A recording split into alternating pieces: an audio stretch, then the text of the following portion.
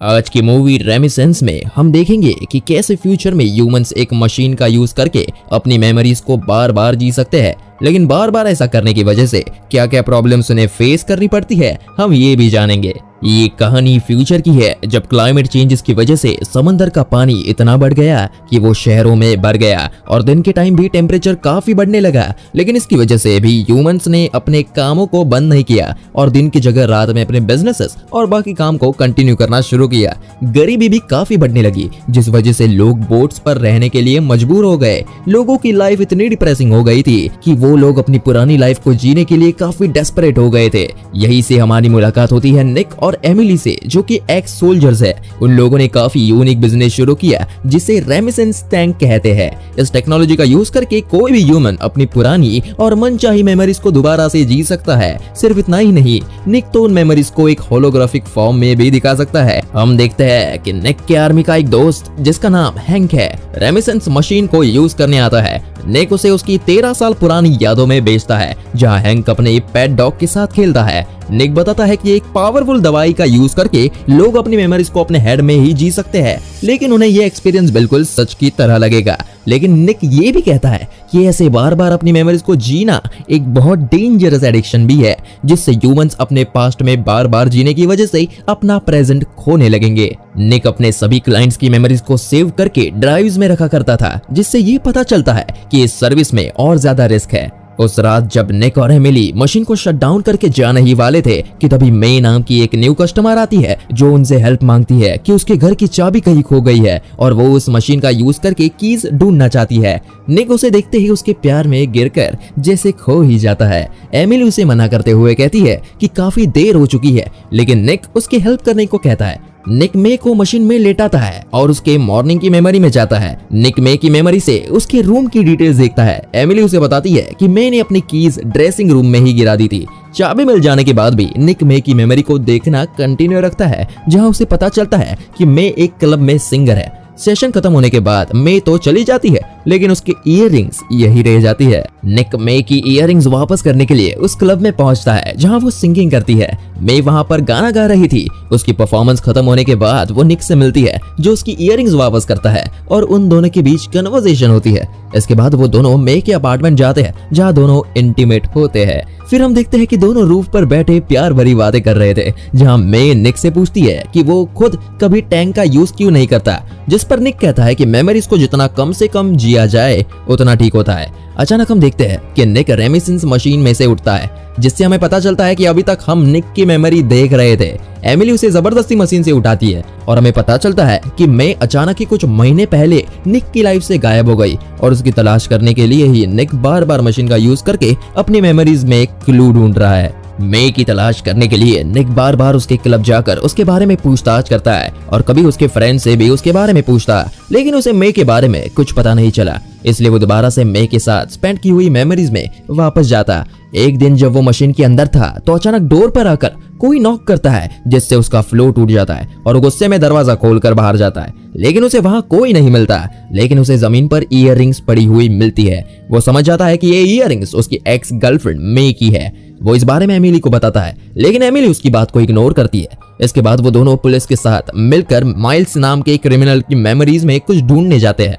निक और पुलिस को माइल्स की मेमोरी में उसका बॉस जॉय दिखता है, जो कि साइरस बूथ नाम के करप्ट पुलिस वाले के साथ मिलकर काम कर रहा था। वो सभी लोग एक क्लब में थे और चौंकाने वाली बात ये थी कि वही मे भी गाना गा रही थी। निक ये देखकर हैरान हो जाता है, वो नशे में लग रही थी। मेमोरी को और डीप देखने पर निक को पता चलता है कि मे ने जॉय से नारकोटिक्स का बैग चुराया और वहां से भाग गई। निक वहां से न्यू ऑरलियंस नाम की जगह पर चला जाता है, जहां वो एक नकली नाम से जॉय के क्लब में एंट्री ले लेता है।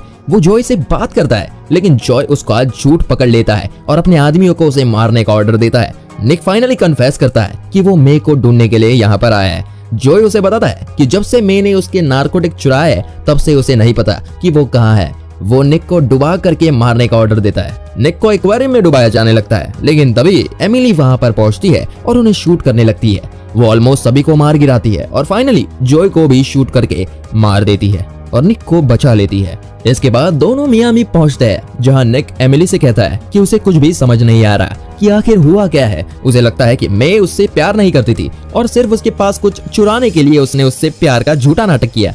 एमिली उसे कहती है कि वो बिना बात ही मे के बारे में सोचकर परेशान हो रहा है और उसे मे को भूल जाना चाहिए, लेकिन निक उसे याद दिलाता है कि वो भी एक बार एमिली से मिली थी। निक उसे रेमिनिसेंस टैंक में जाने के लिए कहता है जिससे उसे कुछ क्लू मिल पाए। एमिली की मेमोरी में हम देखते हैं कि मे के गायब हो जाने से पहले वो एमिली से मिलने के लिए आई थी, जहां वो अपने साथ एक वाइन की बोतल भी लाई थी। उन दोनों के बीच काफी देर तक बातें हुई, जिसमें उन दोनों ने एक दूसरे के रिलेशन और फैमिली के बारे में भी बात करी। मे कन्फेस भी करती है कि उसे नार्कोटिक्स की लत लग चुकी है। जब एमिली वॉशरूम जाती है तो मे चोरी छुपे मेमोरी वॉल्ट में जाती है कि और किसी की मेमोरी चिप चुरा लेती है। इधर प्रेजेंट टाइम में हम देखते हैं कि एमिली जैसे ही टैंक से बाहर आती है वो अपने आप को डिफेंड करने की कोशिश करती है कि उसने निक को कभी मे के नार्कोटिक एडिक्शन की बात को छुपा कर क्यों रखा। निक इस बात को इग्नोर करता हुआ मेमोरी वॉल्ट की तरफ जाता है। निक को पता चलता है कि मे ने एल्सा नाम की लड़की की मेमोरी चिप चुराई है।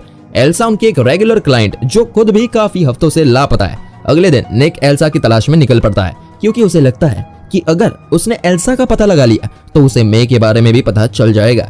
लेकिन उसे पता चलता है कि एल्सा की तो मौत हो चुकी है और उसे ये भी पता चलता है कि एल्सा के बेटे फ्रेडी को भी एक लाल बालों वाली लड़की ने किडनैप कर लिया है। इस लड़की की अपीयरेंस मे से मिलती है। निक ये सुनकर शॉक हो जाता है और सोचने लगता है कि मे एक क्रिमिनल है। इसके बाद भी वो अपनी तलाश जारी रखता है, लेकिन जब वो मे को ढूंढते हुए एक पुराने घर पर पहुंचता है तो एक आदमी उसे मारता है और उससे कहता है कि अगर वो मे को नहीं भूला तो उसे जान से मार देगा।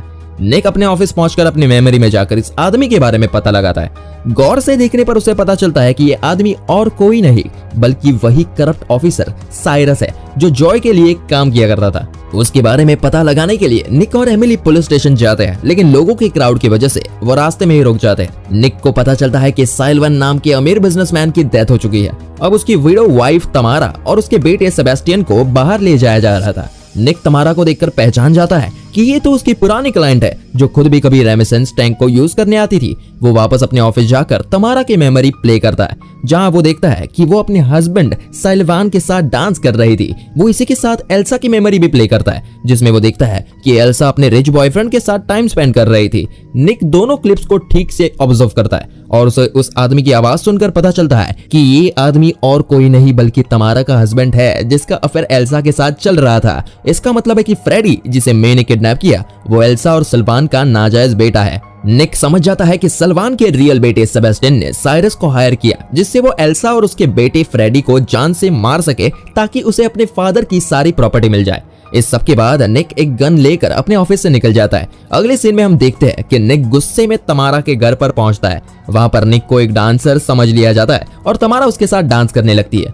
निक मौके का फायदा उठाकर उससे मे और एल्सा के बारे में पूछने लगता है। यहाँ हमें पता चलता है कि डिप्रेशन की वजह से तमारा ने अपनी मेमोरी खो दी थी और वो उसे बताती है कि मे और साइरस एक साथ काम कर रहे थे। तमारा को ये भी पता था कि उसके हस्बैंड का एल्सा के साथ अफेयर चल रहा था। इससे पहले कि निक को अपने बाकी सवालों के जवाब मिलते, सेबेस्टियन वहां पर पहुंच जाता है और अपनी सिक्योरिटी को बुलाकर निक को बाहर निकलवा देता है। सिक्योरिटी उसे घर से बाहर फेंक देती है, लेकिन उसे साइरस की लोकेशन भी बता देती है क्योंकि वो चाहते हैं कि साइरस मारा जाए। इसके बाद निक उनकी बताई हुई लोकेशन पर जाता है जहाँ उसे मे की तरह एक औरत दिखती है और वो उसका पीछा करता है, लेकिन वो उसका पीछा करते हुए साइरस से मिलता है जो कि वो गाना गुनगुना रहा था, जिसे सुनकर निक को मे के साथ पहली मुलाकात की याद आती है। यहाँ पर साइरस उसे बताता है कि मे का उसे मिलना कोई इत्तेफाक नहीं था बल्कि ये सब एक प्लान था। उसका प्लान निक को अपने जाल में फंसाकर एल्सा की मेमोरी चिप चुराना था, जिससे ये पता चल सकता था कि उसने सलमान के साथ टाइम स्पेंड किया था। ये सब देखकर साइरस वहां से भाग जाता है और निक उसका पीछा करता है। उन दोनों के बीच काफी देर तक लड़ाई चलती है।